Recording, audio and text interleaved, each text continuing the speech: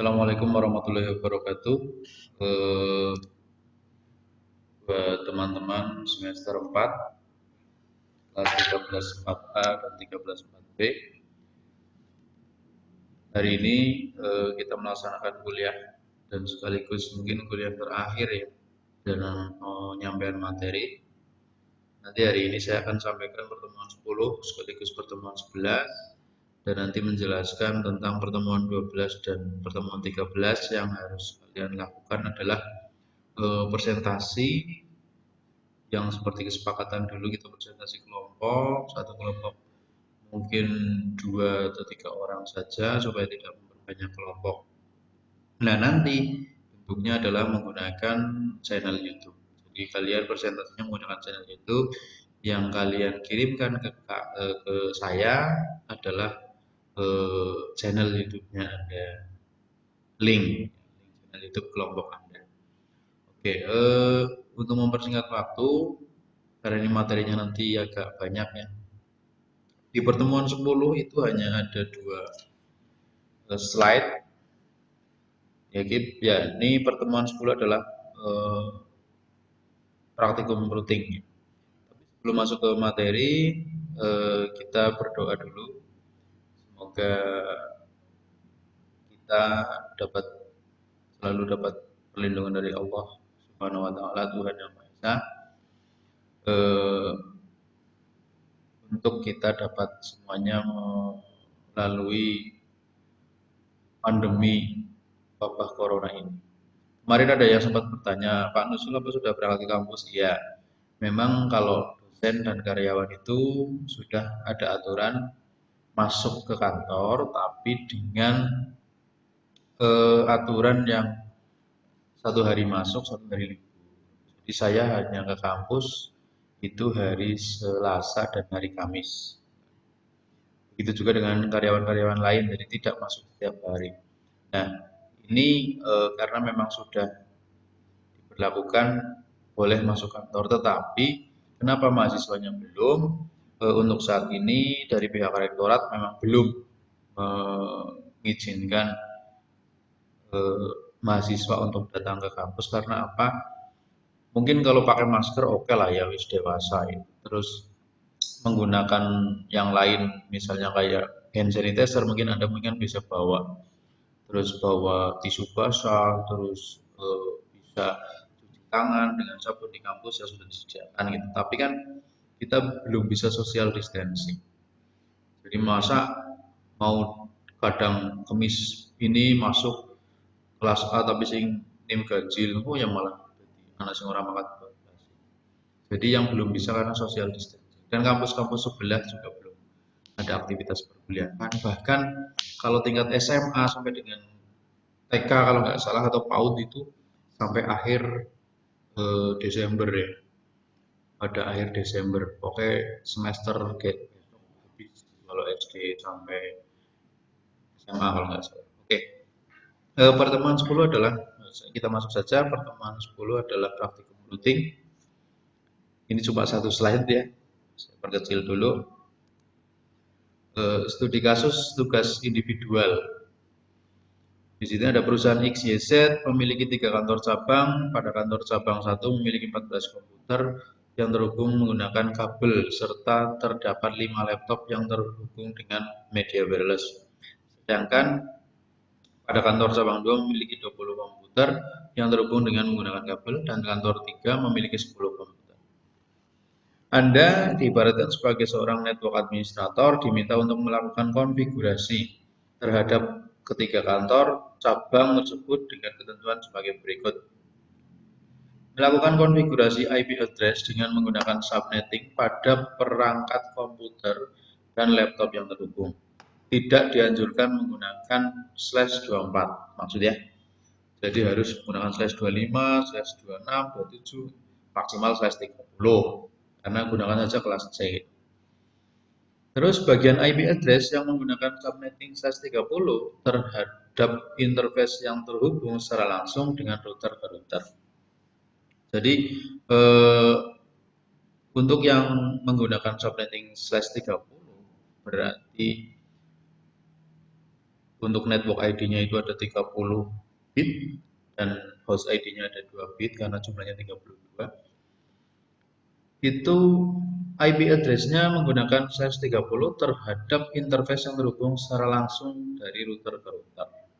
Yang dari router ke router gunakan subnetting /30.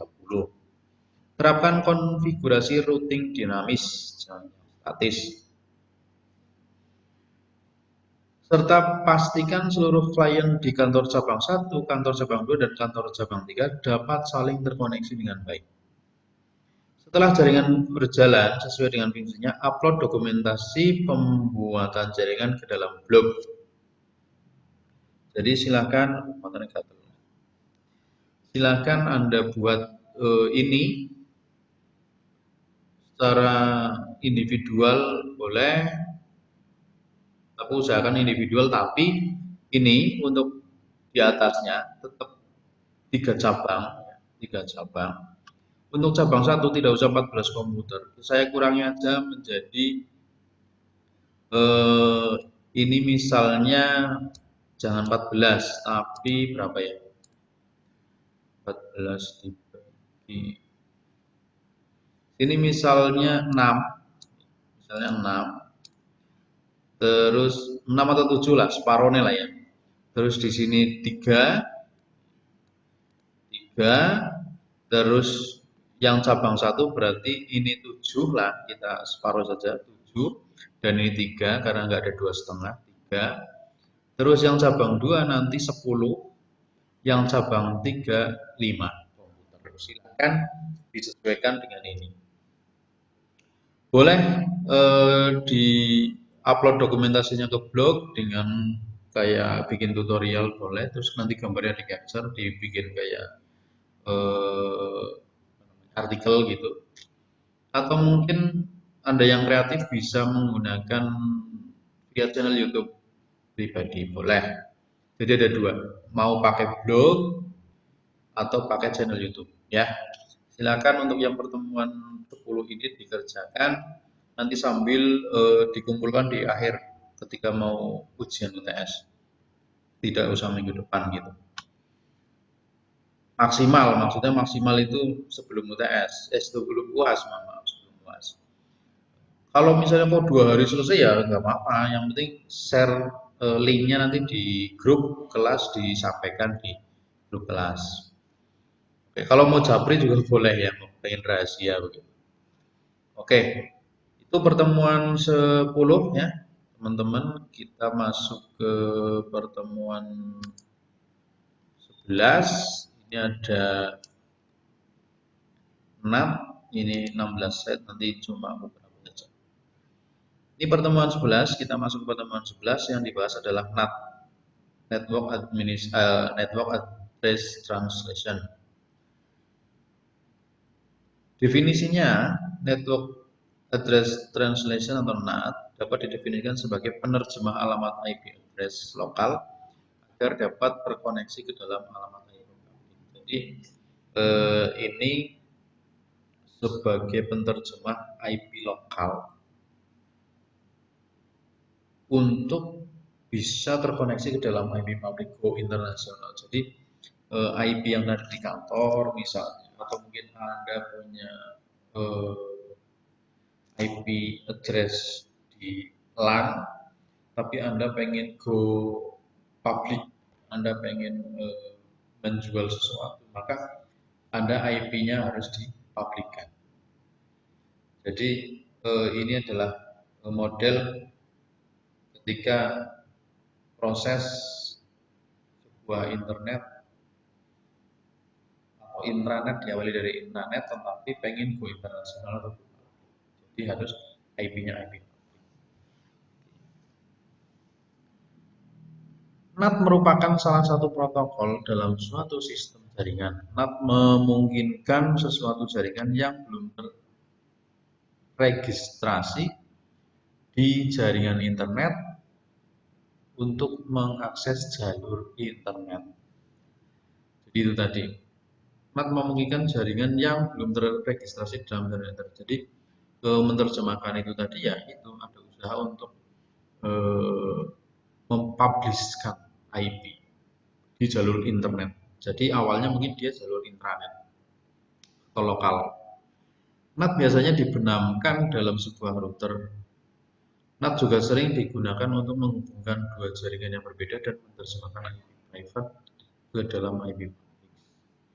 Jadi intinya sama lah, IP private, IP lokal itu pengen dipublishkan.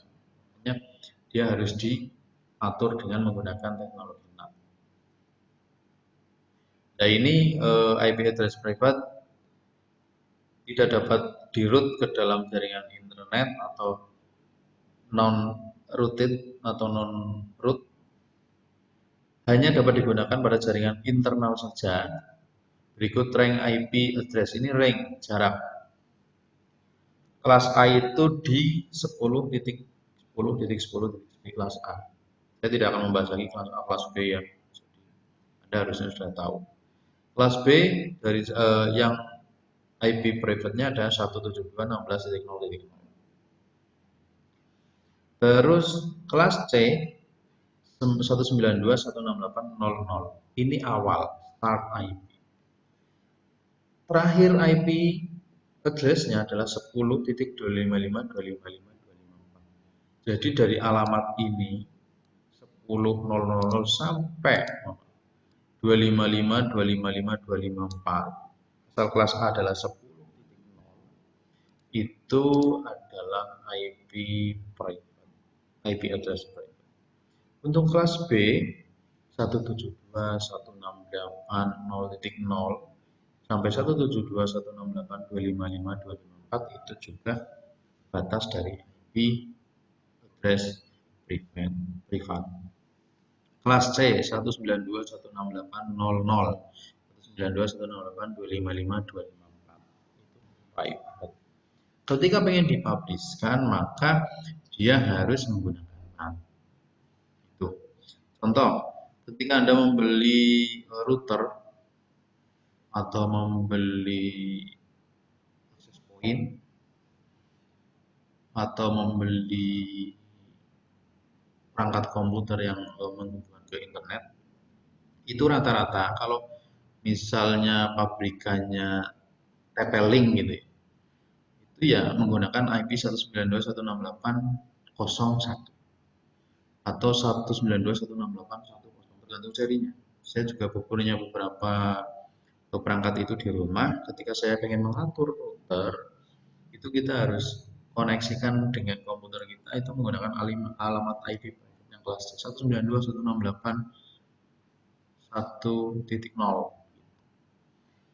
sampai dengan ini 192. Jadi misalnya perusahaan-perusahaan yang private itu menggunakan ini nggak apa-apa, tapi nanti ketika go publish dia juga harus mempublishkan, jadi terbuka.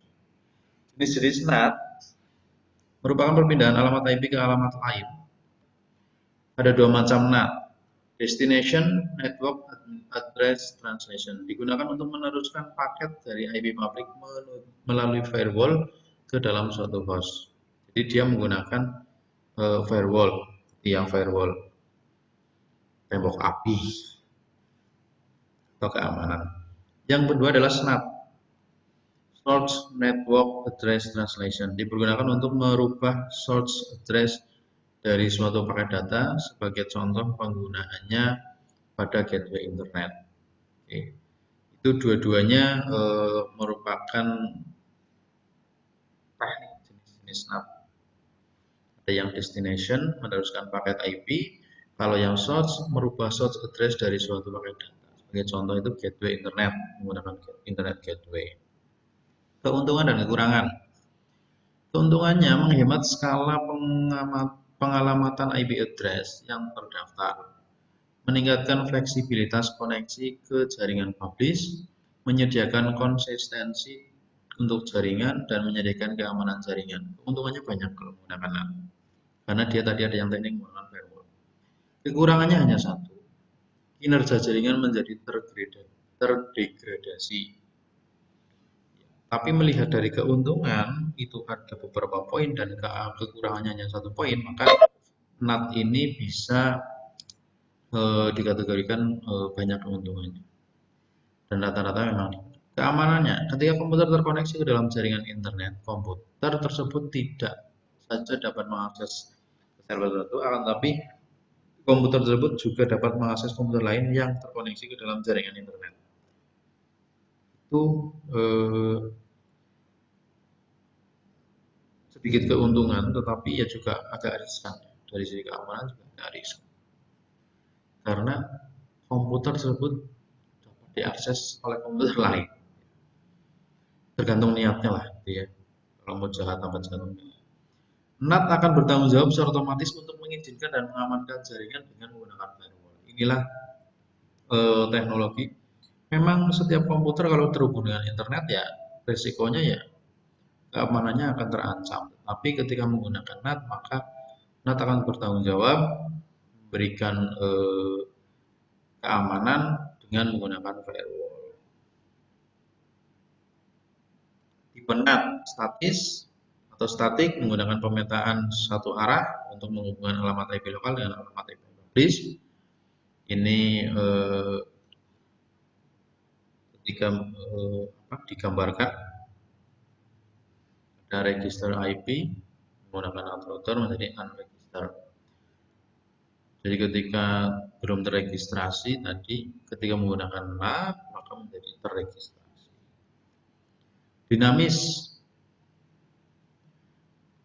Kalau yang statis ya sejumlah alamat IP akan diteruskan dengan jumlah sama.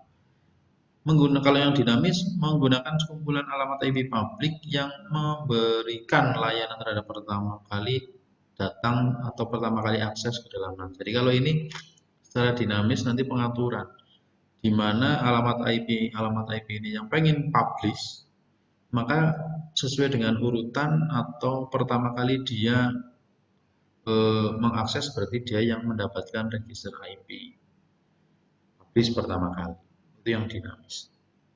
Tipe NAT ada Port Address Translation atau PAT, merupakan fitur dari sebuah jaringan yang menerjemahkan alamat TCP atau UDP.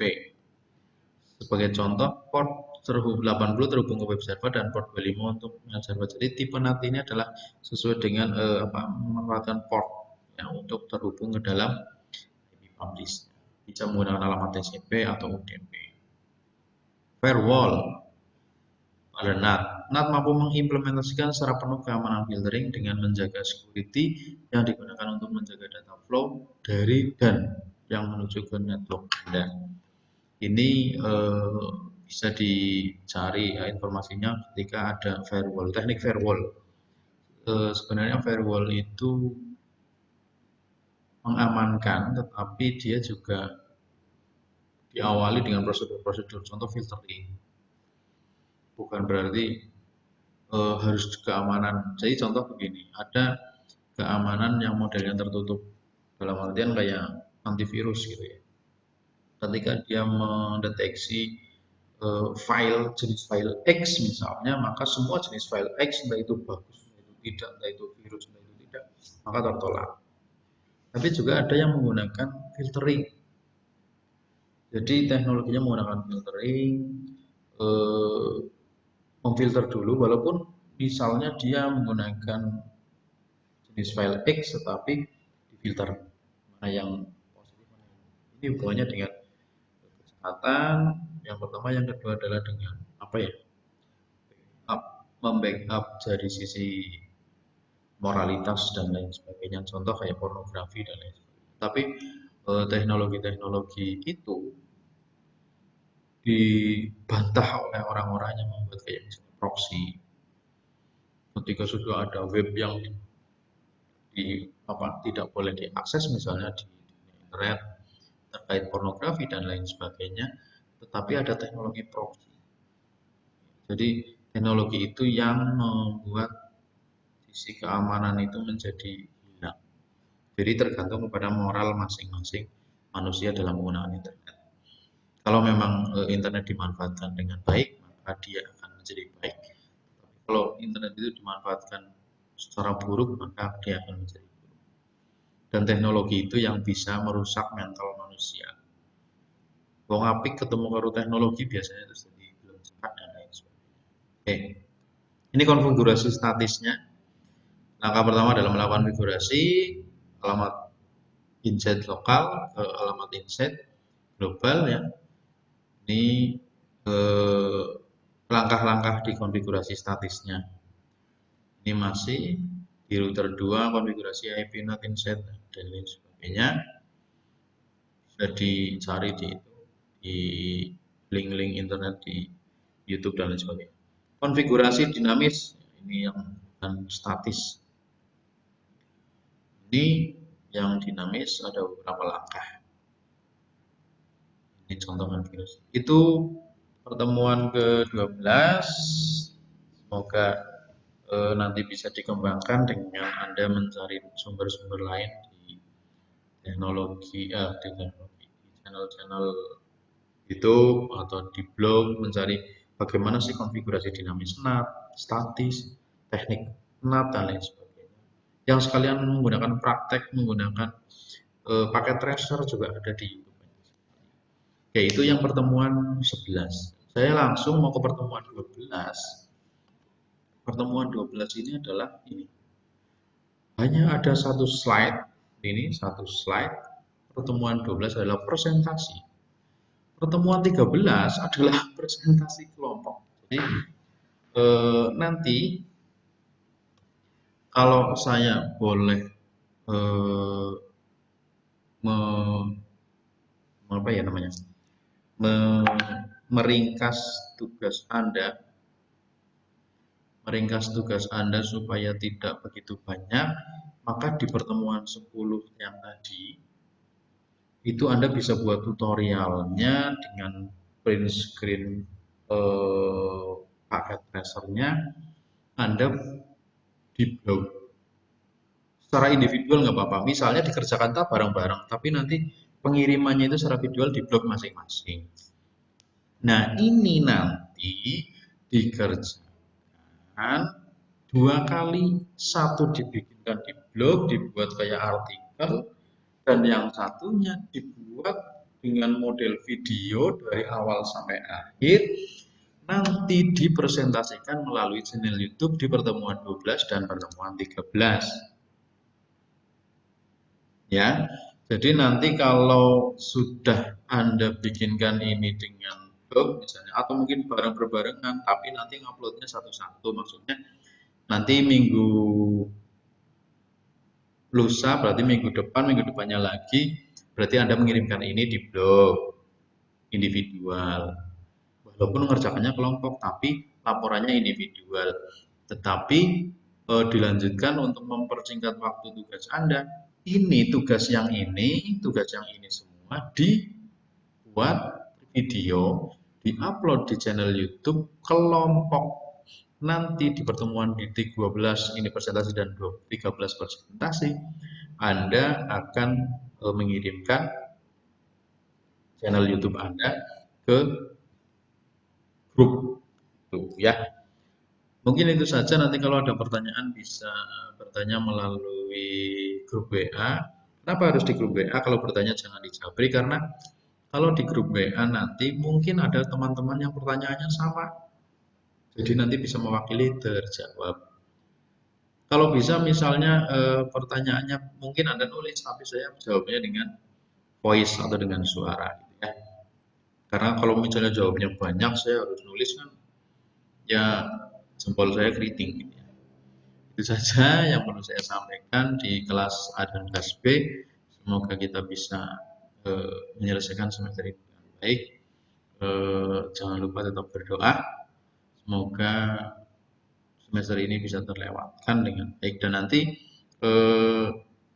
ketika ada liburan semester tetap berkomunikasi dengan saya, atau mungkin nanti kita gabungkan grupnya atau membuat grup baru untuk informasi tentang KKP. Di semester 5 nanti Anda harus KKP, maka harus kita buatkan satu grup untuk membahas tentang KKP. Jadi bisa sharing, bisa diskusi di grup itu. Terima kasih. Semoga bisa melalui dengan baik, dan saya tidak akan merekam lagi tentang YouTube ya, ini mungkin uploadan saya terakhir di YouTube untuk tugas, kuliah dan tugas. Nanti Anda bisa bertanya di grup. Terima kasih, tugasnya saya kira sudah jelas. Tugas pertemuan 10, tugas pertemuan hari ini dibuat. Nanti dikumpulkan 2 kali dengan 2 cara. Satu cara dengan tugas individual, walaupun dikerjakan bareng-bareng. Dengan tugas individual ini Anda upload di blog masing-masing. Itu tugas 10, tugas pertemuan 10. Nanti di presentasi pertemuan 11 dan 12 dan 13 nanti Anda yang ini dibuat video dengan cara berkelompok, di-upload di channel YouTube kelompok. Nanti channel YouTube-nya, link channel YouTube dikirimkan ke saya. Itu saja, semoga jelas. Kalau kurang jelas saya bisa bertanya di grup. Terima kasih. Assalamualaikum warahmatullahi wabarakatuh.